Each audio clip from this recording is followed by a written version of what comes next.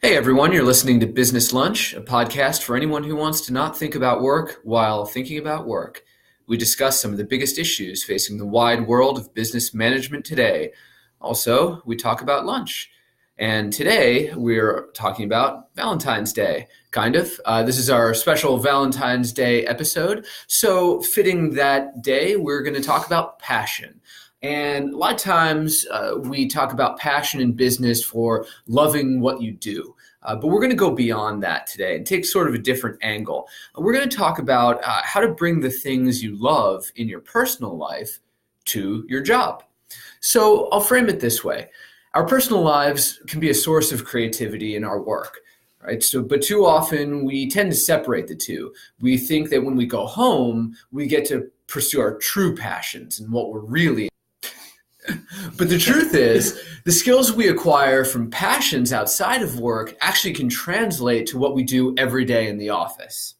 So today, we're going to do a special roundtable where each one of us is going to share one thing we love to do outside of work. We'll talk about the skill that it gives us, and then we'll talk about how that skill translates to a more successful performance in our job. So I'm going to go around here. Jim or Will, you guys want to... Who wants to go first here? Yeah, I'll go since Will's having some issues coughing. Let that out, Will. Thank you. I saw him holding it. Sounds great. I'll hopefully be able to edit this out. I'm not sure. Okay, so Jim, right, I'm going to start with the first question. Let me ask the questions here. What's your? Yeah, I'm going to take over hosting here. What's your personal passion first? Talk about that. All right. So, personal passion. I say people, but really it's probably communication. I enjoy, going out, meeting new people, going to events, going to parties, whether they're house parties, whether they're, public events, and just meeting people. One of the passions I have, or the things that I'm doing now, is reading about people and understanding, how to negotiate with people, talk to people. And so that's interesting for me when I'm out there and trying some of those techniques and doing those things outside, just to try to understand what people are doing and just adding some value to my world and bringing that back. So that's me, communicating and enjoying people and the social piece of that outside work. Great. So talk a little bit about how you think that skill makes you more successful at work. Well, you're at work, my job. So let's frame my job. My job is sales and channel partner management. So I'm always doing things with people of all walks of life. You never know who you're going to talk to or call or meet, whether it's online or just via the phone, or you're doing a Zoom or Skype meeting face to face. And I think all that I do outside of here gives me an opportunity to talk with so many different people from all walks of life. Doesn't matter whether they're a CEO or a janitor or what have you. It doesn't really matter, but it's just understanding people and talking with them. And so that helps me when I come to work and do those things and having that ease of conversation with people. My goal is always to put people at ease when they're talking to me and make them understand that I'm genuine. And I think that helps when I'm out in kind of the personal world and doing that with people, because I am genuine. I really am. And so I think it translates from there to over. So that's kind of what I like to do. And that's kind of how it translates for me at work every day. Yeah, it's a rare quality, I think, to be the kind of person who people actually enjoy talking to when they're talking about work. Yeah, I hope. I hope it seems to work for me. I enjoy talking to you. That's excellent. It seems to work, and I enjoy it. And so it truly is a passion for me that I never actually thought about until you brought up the question, and it made me think. And it's not something you consciously think about until you ask the question. I was like, wow, I go out and do this all the time, and it does resonate with work as well. So. And I think knowing that and being aware of that, what your own strengths are, what your own skills are, and how they come from just what you like to do, it helps you like to do it a little bit more when you step into the office every day. Yeah.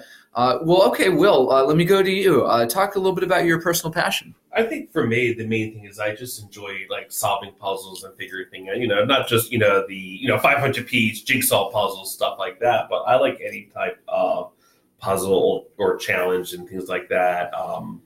There's a type of video games that I play. Other types of things I just enjoy. It's just trying to figure stuff out and troubleshooting. So the skill that I get from that are kind of twofold. One is if there's a problem, I tend to be pretty good at trying to figure out a solution for it.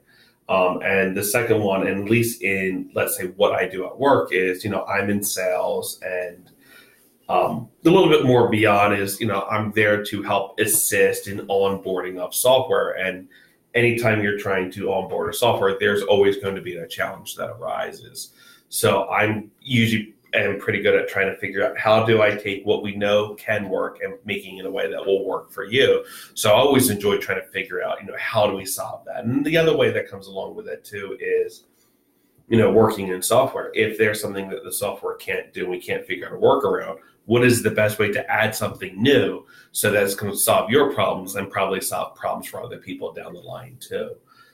So that's generally what I just enjoy doing, is just trying to figure things out. And it's not just in software, just pretty much anywhere.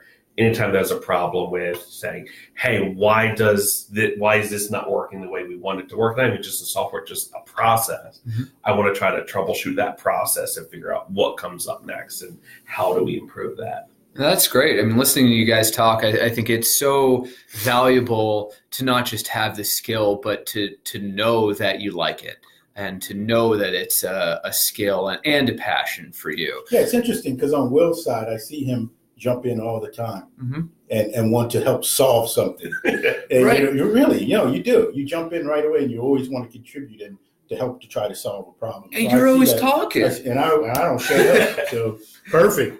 Yeah, it's we're a match made in heaven. Well, look, I think there's something very comforting about working with people that that they're the same person when they go home that they are at work. Yeah. You don't come into work and just kind of put the blank face on and you're like, well, I'm at my job now, so I'm doing my job. And this is what me doing my job looks like. I have no doubt that both of you guys are exactly the same at home that you are here. And that's really valuable because, even from a hiring perspective or from a company perspective, when you work with people like that and when you hire people like that, that you're getting the real person. You're getting the person who's going to use the passion of their life and let that kind of filter into what they do. Absolutely. Yeah. Mm-hmm. It's interesting when I got hired at this company when I was I think 27, 28. Still relatively young in the grand scheme of life. And, as the CEO asked me, he's like, what is that you want to be when you grow up? I was like, I honestly don't care. Because to me, what the job that you do, what industry does, to me, never really mattered. I just want to do a job where I enjoy what I do. And it can be almost anything. I never had a great desire to be one thing or another. It's always, I just want a job where I enjoy doing it. Mm-hmm. Cool. And that's probably means a job where your passions are aligned. Right. They're aligned. They're allowed to exist, and you're allowed to exercise them. Exactly. Yeah, I agree. So I'll do mine. My personal passion is definitely for writing. I've wanted to be a writer ever since I was a little kid, and so I've done that throughout my life, and written a novel. I'll plug that later once it's further along. But I've been doing that stuff. It's just starting. It will be published. I'm just in the editing process right now. But I've always loved doing that, and I think I've long known that a job where I get to do some writing and get to exercise that kind of creativity is really important to me. So I think writing is a specific form of communication, and it can take on a lot of different forms depending on what its purpose is. And so what's been interesting for me about work and how the skill for writing and stringing a sentence together has translated into what I do every day is not just being able to be coherent, but to understand the different messages that I might write and what their purpose is and how the way that they're going to be delivered or the audience to whom they will be delivered will sound different. based on what my objective is. And that's taken that passion for me, and it's kind of spread it out into a whole bunch of different realms. And it's kind of massaged that creative part of my brain that I don't even really get to do in my personal life. It feels a little bit one note in my personal life. And I like it that way, but at work, it's really dynamic, and that's pretty cool. Absolutely. So, okay, now that we've shared our passions on this Valentine's Day, we're going to talk lunch. Or at least food. But we're not renaming this business food. It's better if it's business lunch. So we're going to talk about the meal that we make that takes the most skill. And as Will reminded me earlier, skill is not the same as complexity. So we're not necessarily talking about the hardest thing we make. We're talking about the thing that really requires the kind of finesse that you think you bring to it. So Will, I'm going to start with you. I'd say my probably favorite thing to do is it's like a fried pork chop and like spätzle. So to me, the reason like the fried pork chop's tough because you try to make sure that you cook it just the right amount of time on both sides and flipping it in the grease and everything in the oil.